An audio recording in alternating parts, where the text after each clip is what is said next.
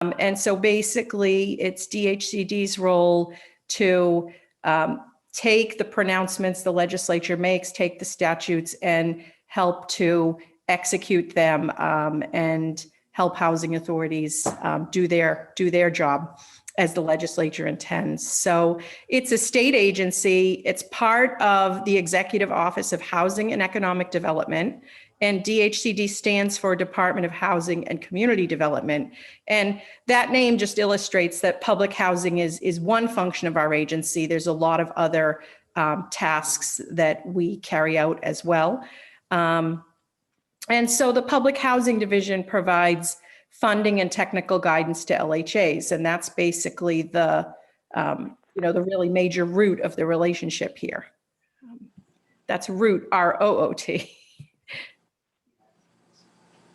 So what is DHCD's legal relationship with the entity known as an LHA? So LHA is a local housing authority, and DHCD's relationship is first to provide funding. So funding comes from the state legislature through A&F, it goes to DHCD, and it's DHCD's role to provide that funding. So the funding can be provided basically under contract, and there are strings attached to it. So the different kinds of funding that a housing authority gets are annual subsidy. They get grants of different kinds. So maybe grants for residential service coordinator, grants for community placemaking. They also obtain capital assistance from DHCD, and they also provide on rare occasions, sometimes emergency funding is provided through DHCD. The next major role of DHCD with regard to housing authorities is to craft regulations and also develop sub-regulatory guidance. So regulations are basically have the power of law, and they are codified in the what they call the CMR, but it's the Code of Massachusetts Regulations. And many of you will be familiar with regulations. There's a process where there are public hearings about them. There's a comment period, and it's sort of a involved process to create regulations. But not everything that DHCD interacts with, requires that level of formal regulation. And as with many other state agencies, there are things created such as bulletins or guidances or interpretations of the law that are what we are putting in this category called sub-regulatory guidance. And it's provided for under the law in Chapter 121B. So for the most part, you would be familiar with those documents as public housing notices. And those are posted up on DHCD's website, and they're available for review. So basically, when we create a public housing notice, that is the major vehicle that DHCD provides sub-regulatory guidance through. And then the final role of DHCD with regard to housing authorities is an oversight role. And there's many ways we do that as well. DHCD provides financial reviews for housing authorities through the AUP. We provide PMRs for the housing authority, so property management reviews. And then I would say the kind of critical day-to-day thing that DHCD does to assist housing authorities is to provide technical guidance in various ways. So whether that's through the capital teams or the project teams helping housing authorities with their property stock, modernizing property, things like that. Also, the FMS, facilities management specialists, help housing authorities with maintenance questions and issues, and very importantly, maintenance plans to make sure that the investment in their property is maintained and everything gets the full life it should have once it's installed. And then the housing management specialists really are there to assist the executive director and executive director's staff with day-to-day questions on where they need technical assistance with making decisions or things about the housing authority. But ultimately, it's not DHCD's job to make those decisions. We're merely kind of pointing the executive director to the resources to help them make the decision for their housing authority. And then I did include myself under this oversight role, which is I provide a risk management function. So housing authorities have, major concerns, especially in today's environment, with litigation and making sure that the fiscal health of the housing authority wouldn't be threatened by litigation or making decisions that don't comply with the laws. And so I am a resource to help housing authority staff with compliance and litigation type questions they have. And so the next function I thought we'd talk about is the housing authority, the LHA's legal relationship with the executive director. So now we're not really talking about DHCD. We're talking about how does the LHA have a legal relationship with the executive director? And so the LHA hires the executive director, and DHCD, basically using its subregulatory guidance responsibilities, has provided guidelines to assist housing authority boards with that process of hiring an executive director. And so the guidelines speak to things like, where should we advertise for this job? How long should we advertise for this job? What other laws may be relevant to this process of hiring an executive director? And so that's kind of the first role of the board member with respect to the ED. And so after the board has decided which candidate they want to hire as their executive director and who's the best positioned person to carry this job out of the applicants for the job, would be to employ the executive director under a contract. And so DHC, again, has guidelines with respect to how the board can enter into a contract with the executive director. And, as hiring people is an extremely legally important relationship, DHCD provides guidelines, and there's even sort of a guideline contract for the executive director hiring process. And these are all available if you go to the public housing notice pages on DHCD's website. You will see the guidelines, and they've been updated from time to time. So you kind of should work from the most recent down to the other ones, but you're always going to want to see if there's an update on those.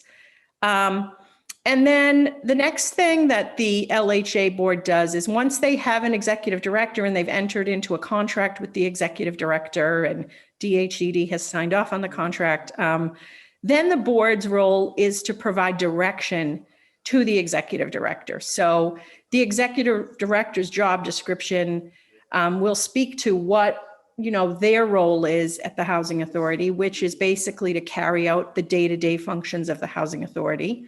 And the housing authority will have policies it's directed and adopted on management tasks, such as how you shovel the snow or how frequently you clean, certain areas, things like that. But things occur where the board would want to provide direction to the executive director. So, we heard there's this creative placemaking grant. We'd like you to look into doing that. Or, gee, we hear there's programs about having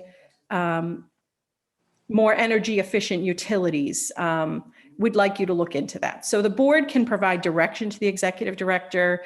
They can talk to the executive director about, maybe whether a policy should be updated, or is our non-smoking policy being enforced enough. So the board really is at a very high level, and they're providing direction to the executive director, but they're not getting into day-to-day operations. So for example, they wouldn't be looking at the tenant selection activities, or, getting into real nitty-gritty about, the filing systems, things like that at the housing authority. So, and then this is a very important role because the executive director is responsible for day-to-day running of the housing authority.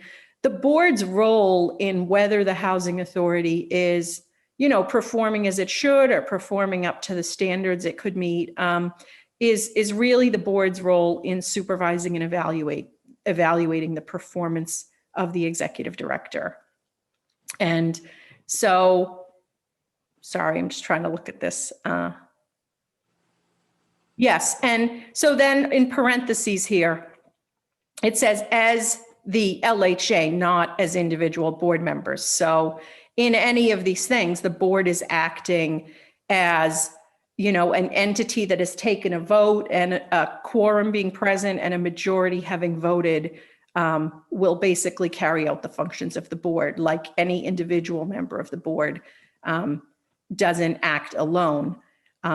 So it has to act as an entity that's voted under a quorum to do something. So the supervision and evaluation performance is something that can be difficult. There's a lot of information about that, but again, there are certain rules that go around this, and it's it is one of the major tasks of the board, and a board should have a good plan for supervision evaluation, and sometimes they will have designate members to kind of coordinate the effort. Most times the members will fill out a questionnaire about their thing, and a board may vote to solicit outside information about it as well. So, and your housing management specialist is available to provide any guidance if the board wants that about that process.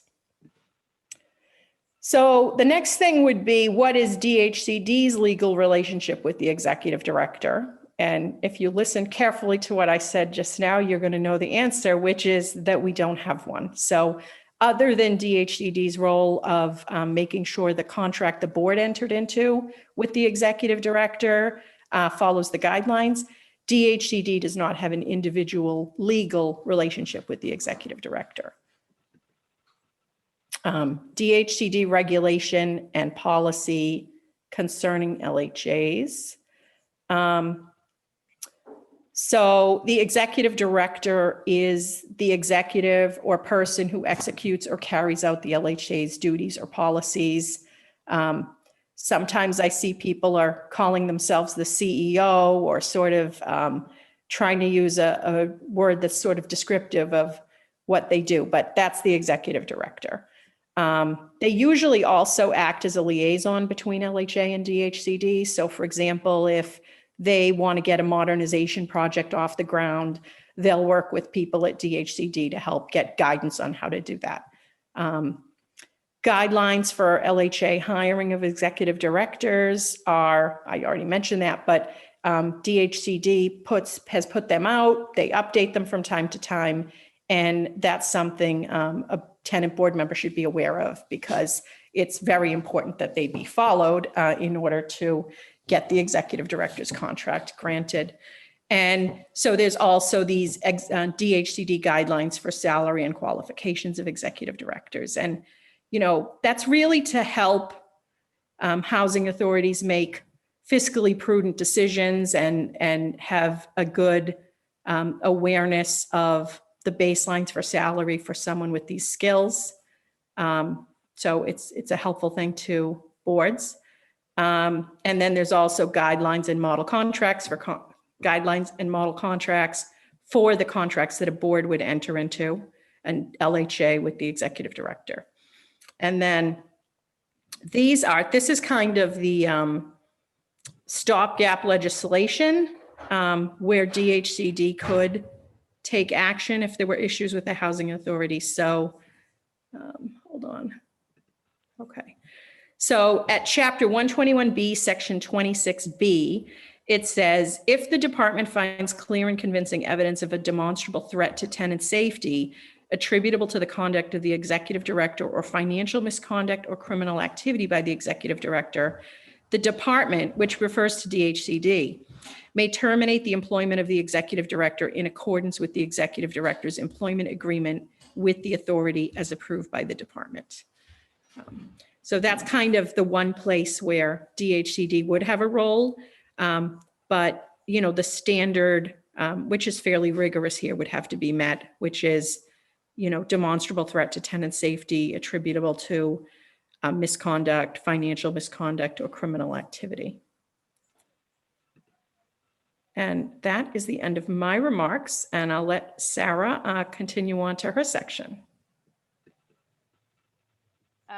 And folks have been submitting questions in the chat. You can feel free to keep doing that. Okay, so let me go to my slides. This will just sort of re-emphasize a lot of what Sarah O'Leary has just shared. Just a sec.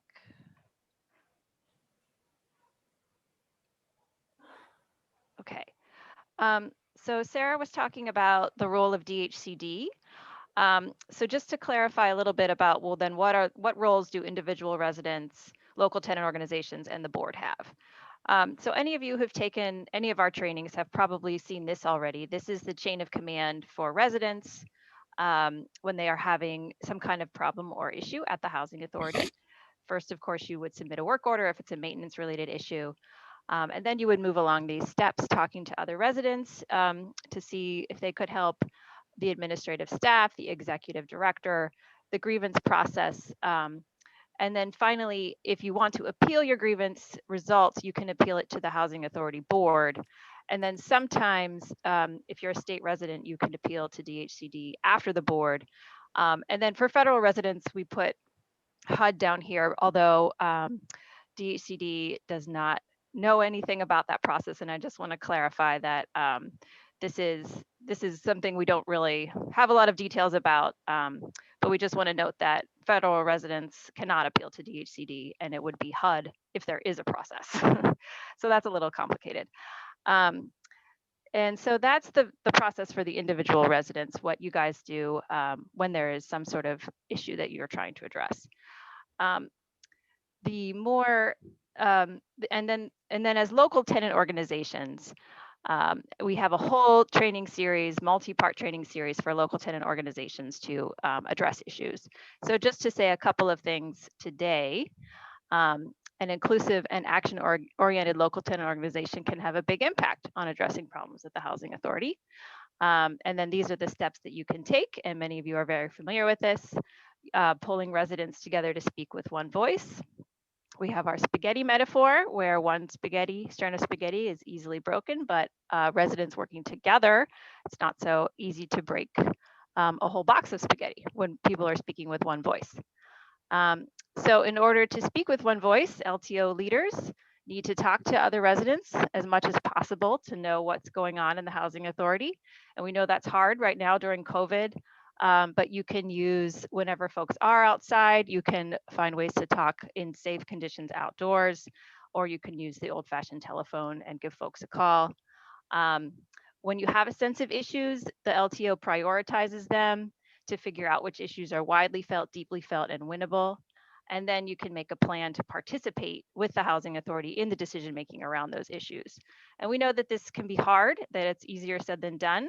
But we know also that we have training to support you, and that Jack and Margarita at Mass Union can support you through this process. So the LTO, we don't want to neglect their important role in decision making at the housing authority. And then that brings me to the board. So this is straight from our board member training, which I think all the board members on this call have already taken. That you know that the Housing Authority Board, as Sarah was saying, you are the housing authority legally. And so your for the key things you do are hire, supervise, and if necessary, fire the executive director. You approve budgets, capital improvement plans, and annual plans, create and update LHA policies, and approve contracts. And of course, the resident on the board is legally identical to the other members. This is what's off limits for board members. Again, you guys who've been to the training, you probably remember this page. You don't carry on day-to-day operations, assign tasks to staff, attend unit inspections, violate privacy. You don't participate in tenant selection. You don't seek personal gain as a board member, which would be like receiving perks. Don't act, speak, or conduct business on behalf of the authority unless you're authorized by the board. Don't enter into conflict of interest situations or override eviction orders from a court. Okay, so when you're facing widespread problems, this is what the board can do. And again, we do go over this in the training. You can assess the situation. You want to try to get a handle on what's going on. And then evaluate the relevant policies and procedures. So you might look at the maintenance procedures or the parking policies or the capital improvement plan. And if you need to make changes to a policy, that's your role. And then it's the executive director's job to enforce the policies that the board adopts.